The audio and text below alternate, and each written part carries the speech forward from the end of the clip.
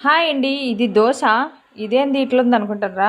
ఒక పావు రాగులు, ఒక పావు తెల్లజొన్నలు, ఒక పావు బియ్యము, ఒక అరపావు ఉద్దిబేడలు, ఒక టీ స్పూన్ మెంతులు వేసి మధ్యాహ్నం 1 గంటకు నానబెట్టినాను. ఇప్పుడు టైం అయితే 8:15 అవుతుంది. మా ముగ్గురు పిల్లలు దోశ అయితే తింటున్నారు. దీంట్లోకి పుట్టగోగుల కర్రీ కూడా చేశాను. అరే వస్తుంది కదా, చాలా హెల్త్కి మంచిది. ఫుల్ వీడియో కావాలంటే చూడండి, తర్వాత ఛానల్ని సబ్స్క్రైబ్ చేసుకోండి. లడ్డు బాయ్. భలే ఉంది కదా కర్రీ. తిను.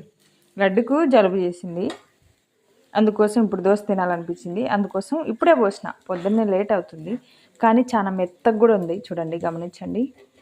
ఇది అప్పటికప్పుడే కానీ కాదు, ఈరోజు దోశపిండి కొట్టుకొని రేపు సాయంత్రానికి అయిపోయి చేసుకోవాలి పిండి, లేకుంటే చాలా మెత్తగా ఉంటుంది. కాబట్టి అందుకోసం హెల్త్కి కూడా చాలా మంచిది కదా ఇలా తింటే.